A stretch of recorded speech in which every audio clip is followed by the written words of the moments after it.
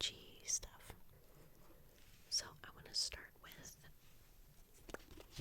Midnight Rooms by Tanya Coles, and ignore, if I'm mispronouncing people's names and such. I apologize in advance. Look at how gorgeous this cover is. Oh my god. I love the colors. And I've been eyeing this one for a while. I like spooky and I like fantasy. And I like female-led stories, obviously. And this has one of those covers that's has a rough texture to it. I don't know how to describe it. A mysterious suitor, a secluded manor, and a heroine's quest to uncover the mysteries hidden within its haunted halls. England, 1840.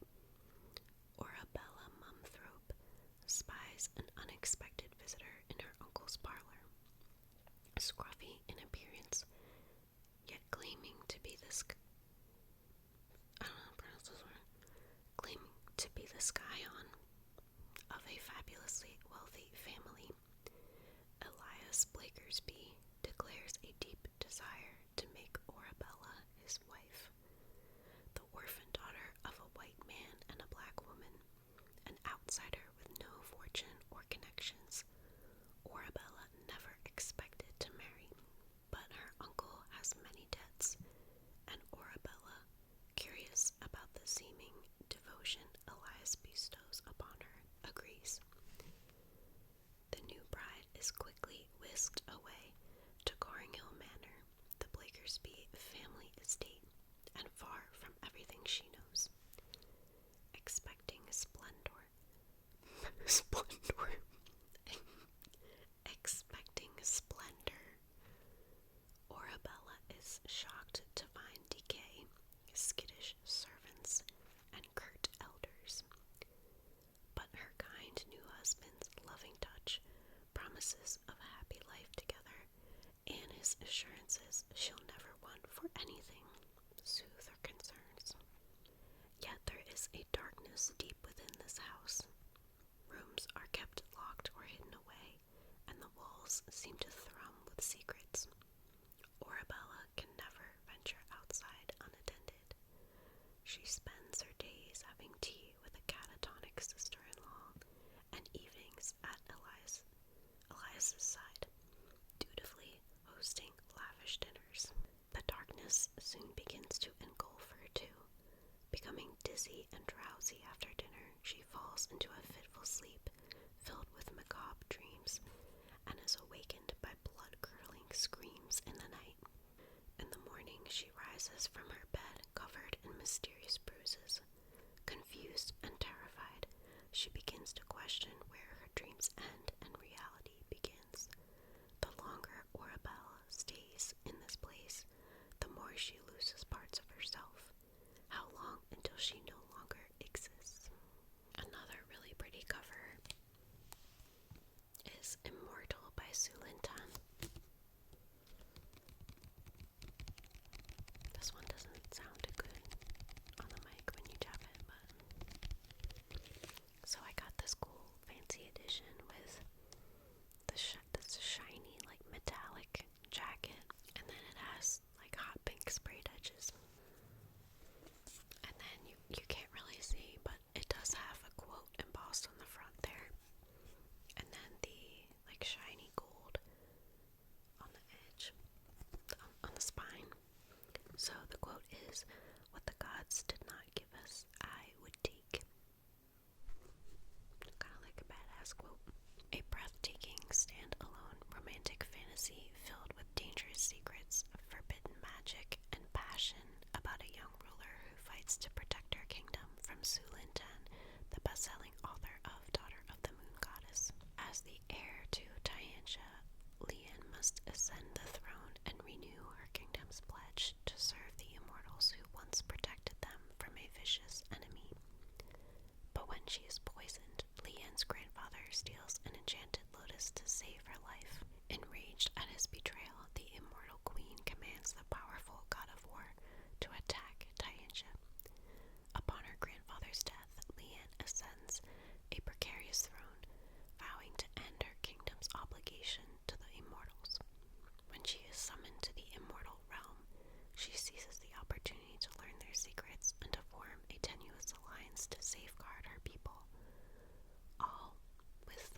she should fear and mistrust the most, the ruthless god of war.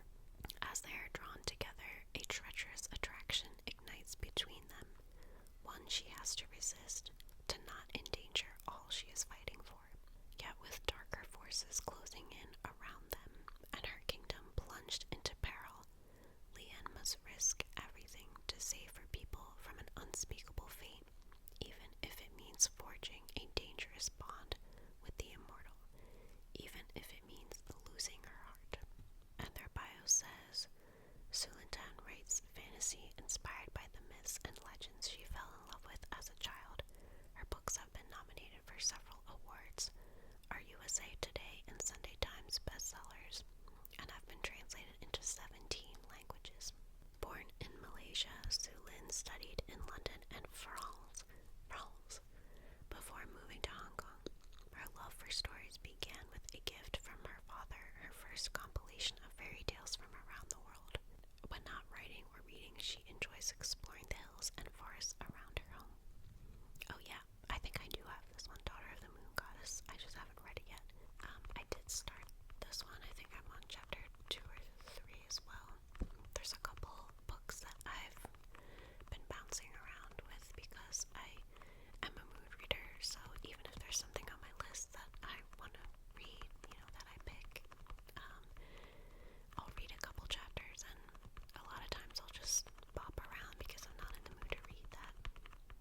That's the definition of mood read, but anyway. Yeah, so I started reading this, and then I was like, you know what, I'm not in the mood for like a super rich fantasy right now. I just wanted something shorter. So I recently finished the first Nancy Drew book, which I hadn't read since I was a kid. So that was like a super simple, sweet detective story. And then I also recently picked up The Bridge Kingdom, the first book in the Bridge Kingdom series, which I loved. I had read A Fate Inked in Blood last year, and I'm really excited for the sequel.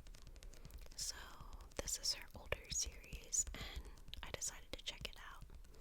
I don't have the second book yet. It's on my list. I like taking breaks from series sometimes. So this was really good. I have little sticky notes in here from, I don't annotate my books. It's something that really interests me just purely because of how cutesy it looks when people have their sticky notes of different colors and their highlighters and their gel pens and they're writing in the margins or they're writing on the notes. It just seems like a fun book talk thing to do. But I think I'm also like, I'm just gonna read. I don't really know what to say as I'm reading. I don't know. I think it's a little overwhelming for me to like experiment with all of the sticky notes and try to bookmark a bunch of things in the book. Like, I know people get different colors of the sticky notes, and they'll mark like favorite quotes, or they'll mark like plot points, or things they hated, or things they loved, or like character descriptions. I don't know. I don't feel the need to do that. I feel like it's a lot, and I feel like it interrupts my my focus, because I'm already, from time to time I already struggle with focusing. So I gave this a go. I've been just taking the first step by highlighting my favorite passages, favorite like lines of dialogue and favorite descriptions. I tend to highlight descriptions more than dialogue. So I'll pick like a highlighter color that I like or that matches the cover, and I'll do that. But at the most basic level, I'll do that. But this was a book that I experimented with the sticky notes, and as you can see, I only have 3 notes in there. So I think like I didn't really remember to react. I used the sticky notes to jot down my reactions as different things happened in the book. So like, let me read you the notes notes. Also, I wrote them on tan sticky notes with a silver gel. That's my cat. With a silver gel pen. Why did I do that? You can't even see. It's like you have to look at it at a super secret spy angle in order to read it. Why did I do that? First chapter, already crazy. Killing more than 10 sisters. Necessary? Question mark. Did she build tolerance to poison? LOL at her dad. But rooting for Lara. Is staff killed to keep mission secret? Yeah, so when I'm writing on my sticky notes, I kind of start to feel self-conscious about what I'm writing, as if I'm having like an out-of-body experience and I'm judging myself, and I'm like, really, your note sounds so cheesy right now. Obviously, yes to all of those questions that I wrote on my sticky note, as if I'm like some kind of mastermind, like predictor, but I don't know. I feel like looking back at these sticky notes, like again, they just make me laugh at myself for my obvious predictions and comments, and they just feel cheesy, so I don't think I'm gonna do this again, but I did write a couple like notes and reactions off in the margins. Like for example, I circled cinnamon and leek, and I was like, what the heck kind of weird combo is that? Is that good? I don't know. I did like little faces here and there when something shocking happened. But you know, like I look back on these notes and I'm like, who's going back and looking at their stupid comments about, I don't know, maybe some people find it fun. I just find it cringe. Myself, very cringe.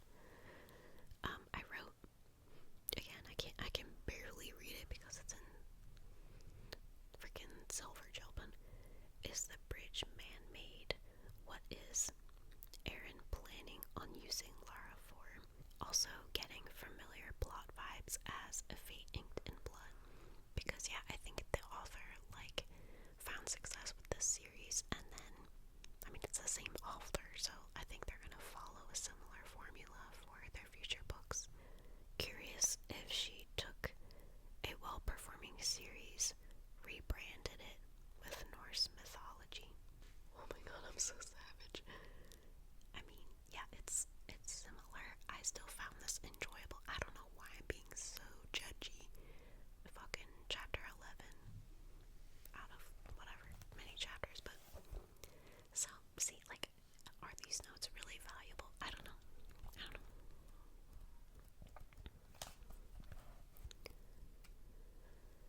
Let me see.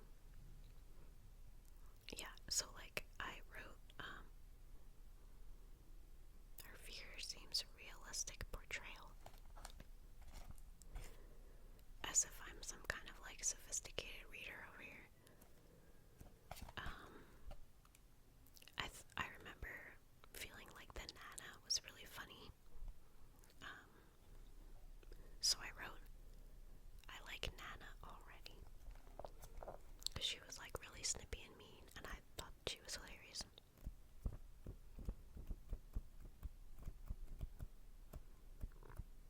But like I'm looking through the book, and there's already like chapters and chapters where I didn't write anything, I didn't highlight anything.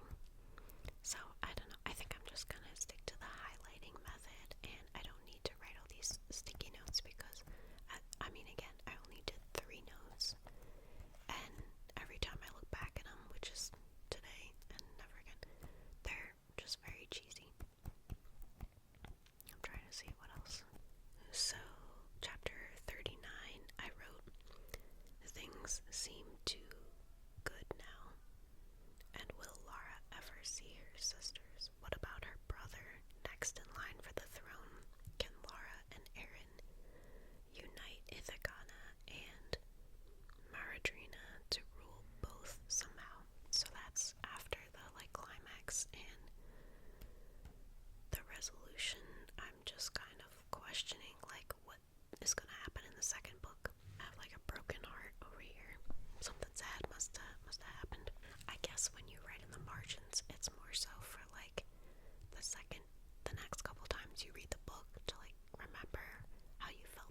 time you read it. I don't know. How do you guys use notes in the margins and sticky notes and highlights if you do things like that? I'm curious how other people use it. Okay, so the next book, the last book I want to show you is Hexed by Emily McIntyre, which is another purpley pink blue cover that's really gorgeous, and it's Little Mermaid inspired. And this is a Never After novel. There's a whole series that Emily McIntyre wrote that are like reimaginings of fairy tales, and I was very confused when I first heard about these books because I was wondering, how is she allowed to get away with writing fairy tale reimaginings of Disney fairy tales? They're not Disney, they're in the public domain. Little, Cinderella, The Little Mermaid, what's the one with the little guy with Tinkerbell? Peter Pan. I don't know why I was blanking on that. Yeah, they're like schmaxy retellings, and I was like, how is she allowed to do that without being sued? So yeah, they're not Disney properties, the fairy tales themselves, so she can do whatever she wants. It's cheesy. I knew it was gonna be cheesy, and I kind of like that it's cheesy because I don't really read books like this that often. It's something that I've been exploring every now and then, is like the cheesy schmexy romance novels. But I kind of like it, and warning, this is all about like mafia, like their families are in the mafia. I don't know how like PC that is, but it's fun. He's the prince of La Cosa Nostra. She's the witch who steals his heart. Vanessa Anderson. Also, it kind of bothers me that they spell her name with one S, like Venesa. It's just strange, I don't know. Vanessa Anderson has never been good. She wasn't good enough for her parents, and she isn't good enough for the gangster uncle who took her in after they died. But she's cunning, beautiful, dutiful to her uncle's demands. Why would they make that rhyme right there? That reads horribly. Beautiful, dutiful, okay? And she doesn't have time for a moral compass anyway. When her runaway cousin, who is named Arya, but it's like Ariel, she's like the best daughter. And Vanessa's not her sister. They're cousins with each other. Vanessa was taken in by Arya, Ariel's father. I just find like the play on the names really cute. Like Vanessa's best friend is nicknamed Guppy, or I think they like nickname each other Guppy. And then Arya, which is Ariel, and then King Triton is like Tristan or something like that. Prince Eric is named Enzo. Anyway, I just think it's really clever, the name changes there. When her runaway cousin returns to their coastal southern town, she brings a man with her, and Vanessa soon realizes he's the only one who's ever seen her for her. I am several chapters into this, and they're actually really cute together. I thought it was going to be a lot of like, I hate you too, back and forth over, like arguing the whole book, but they're actually pretty sweet together. They're pretty sweet to each other, like early on in the book, which I found that refreshing. Like, we didn't have to go through a whole battle of, judging each other, misunderstanding each other kind of thing. He's the only one who's ever seen her for her. There's just one problem. She can never have him. Enzo Loverboy Marino is a wealthy businessman by day and prince of the underworld by night. Underboss to a notorious mafia syndicate, he answers to no one except his father, the strongest don in the Northeast. When he's tasked with marriage, Enzo doesn't think twice until he meets his fiance's cousin. So, Enzo, Prince Eric, is engaged to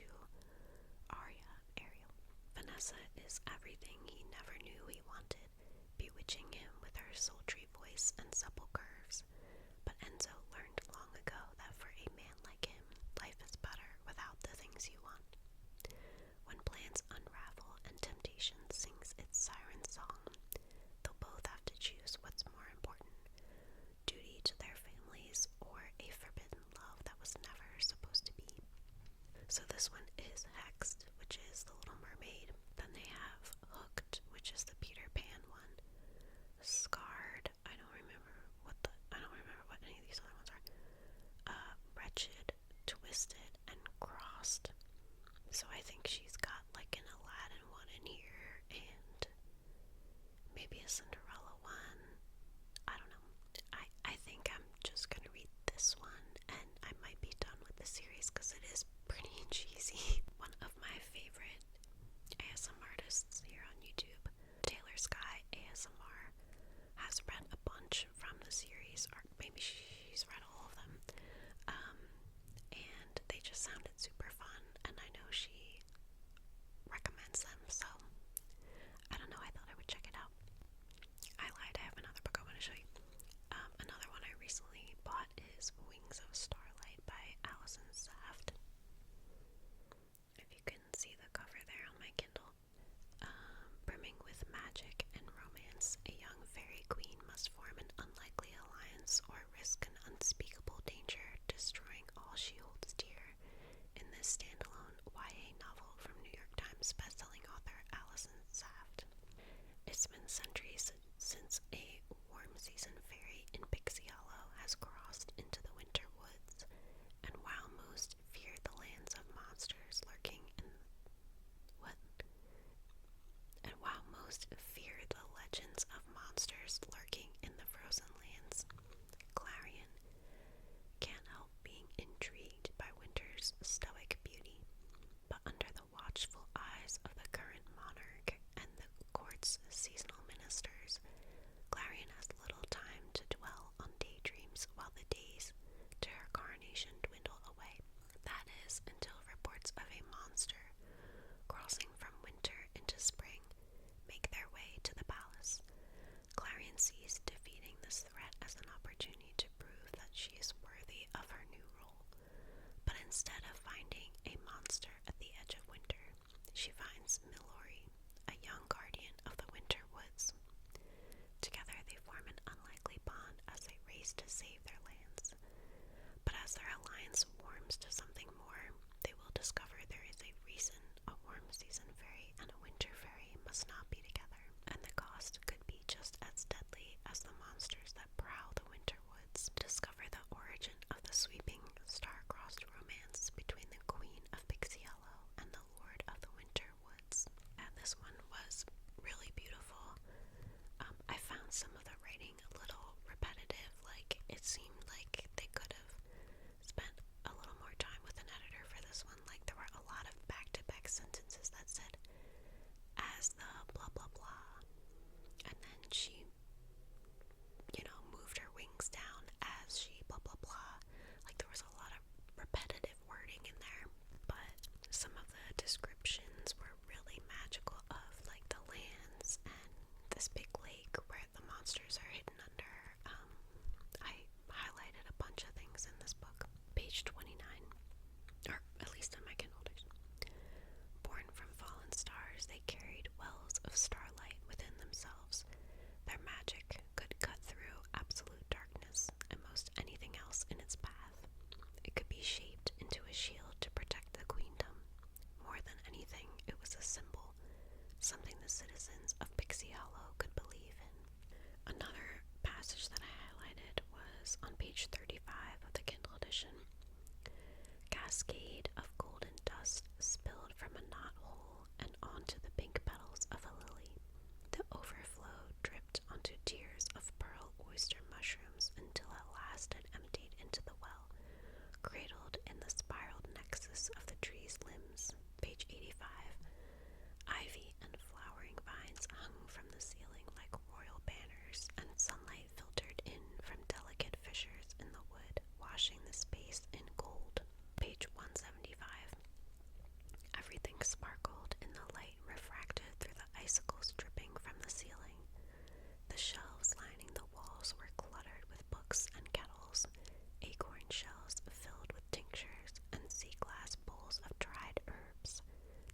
spelled earthy and green.